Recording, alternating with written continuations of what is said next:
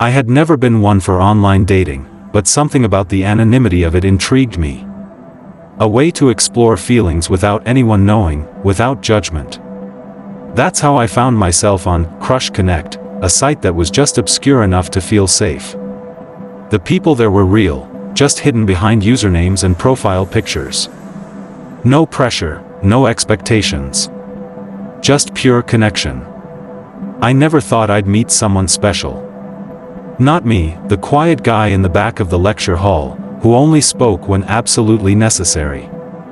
But then, she appeared. Her profile was like a whisper. Simple, with a soft smile and eyes that spoke of something deeper, something guarded. Her name was Lily. I didn't know her, but I couldn't resist sending her a message. She replied almost immediately. We talked for days.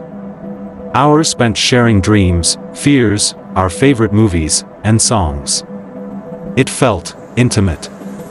There was a tenderness in her words, and yet, something about her remained distant, hidden in the shadows. I didn't mind. The mystery was part of her allure. Then, one evening, after weeks of digital correspondence, she suggested we meet. I feel like we know each other so well, she said. But I want to see if the chemistry's the same in person. I felt a rush of excitement. And fear. The kind of fear that's laced with anticipation. What if she wasn't as beautiful as she seemed in her photos? What if she didn't like me in real life? But all those worries evaporated the moment we set a date. She chose a cafe nearby, a quiet little place with dim lights and the smell of fresh pastries lingering in the air. I arrived early, too eager to sit in silence, waiting. The cafe was almost empty, save for a few students and an elderly couple in the corner. The air smelled faintly of espresso and cinnamon. I sat at a corner table, my fingers tapping nervously on the surface.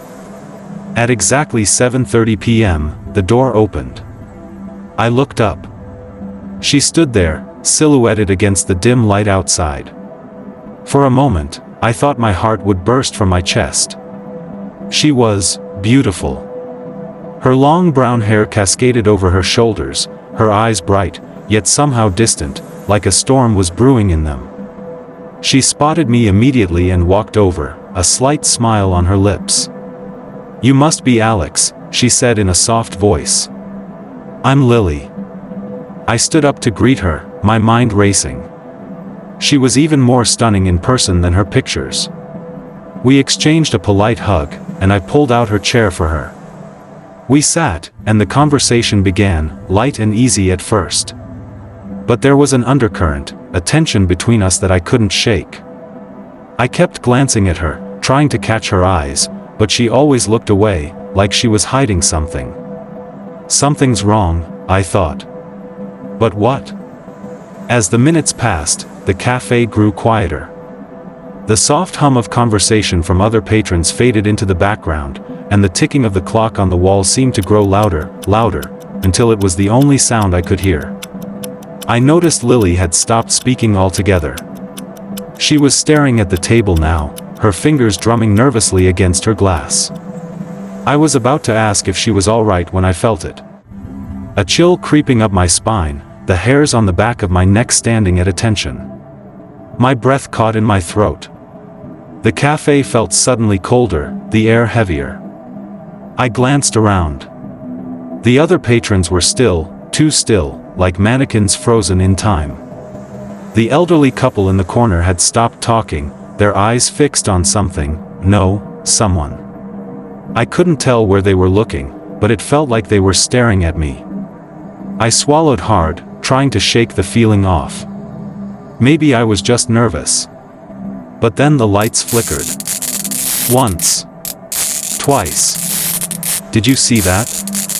I whispered to Lily, but she didn't respond. She was staring at the wall across from her, her lips slightly parted. Lily? I asked, my voice growing more desperate. She didn't answer. Her fingers twitched on the table, and then, without warning, she stood up abruptly. I reached out to stop her, but she flinched away, her eyes wide, filled with panic. Lily?" My voice trembled now. She turned, her face a mask of terror. I can't do this." She took a step back, her eyes darting around the cafe like she was looking for something, or someone. Before I could say anything else, she bolted. She ran out the door, disappearing into the night. I sat there, stunned. What had just happened? I didn't understand. Was it me? Or was it something else? That night, I couldn't sleep. My mind replayed the events over and over. The way she looked at me, the strange energy in the room, the way she ran. It didn't make sense. I checked my phone to see if she had messaged me. Nothing. No calls. No texts. Just silence. Days passed. I tried reaching out to her, through the dating site, through text, but there was no response. It was as if she had vanished from the face of the earth. The more I thought about her, the more I felt like something was wrong, like I had missed something important. That was when I started noticing the signs. At first, it was small things. The strange noises at night, footsteps in the hallway, doors creaking open when I was alone. Then, the shadows in my peripheral vision. I would be walking across campus, and I'd feel like someone was following me. But when I turned, there was never anyone there. Then the dreams began. Horrible, suffocating dreams where I was trapped in a dark, empty house. I could hear her voice calling to me, but when I turned to find her, she was always just out of reach. One night, I woke up in a cold sweat, my heart pounding. I was about to pull myself together when I heard a knock at my door. I froze. It was a soft, hesitant knock, like someone afraid to be heard. My blood ran cold. I didn't know who it could be.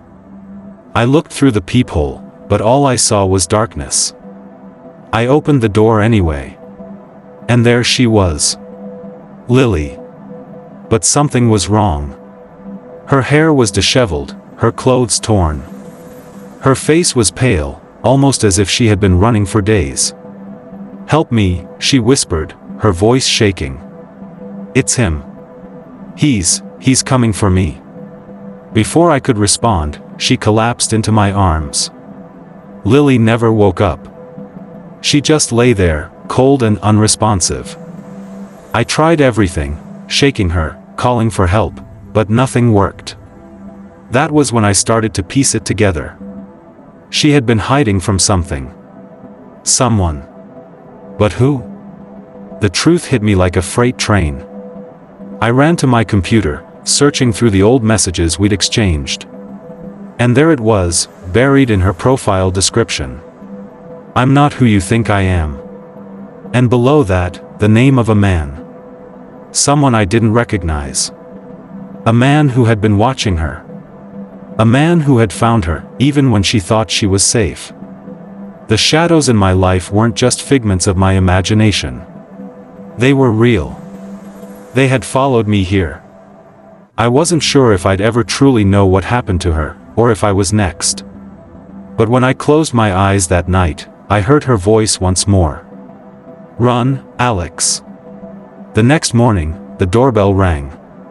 I wasn't sure if I was ready to face it, but when I opened the door, I saw a package. It was addressed to me. I opened it carefully, my hands trembling. Inside was a photo of Lily, smiling, sitting at the same cafe where we'd met. But there was something off about the photo. Her eyes were black, hollow, and beneath it was a single sentence. "Now it's your turn." As I stared at the photo, I heard the knock again. This time, louder. The door swung open. I never saw it coming.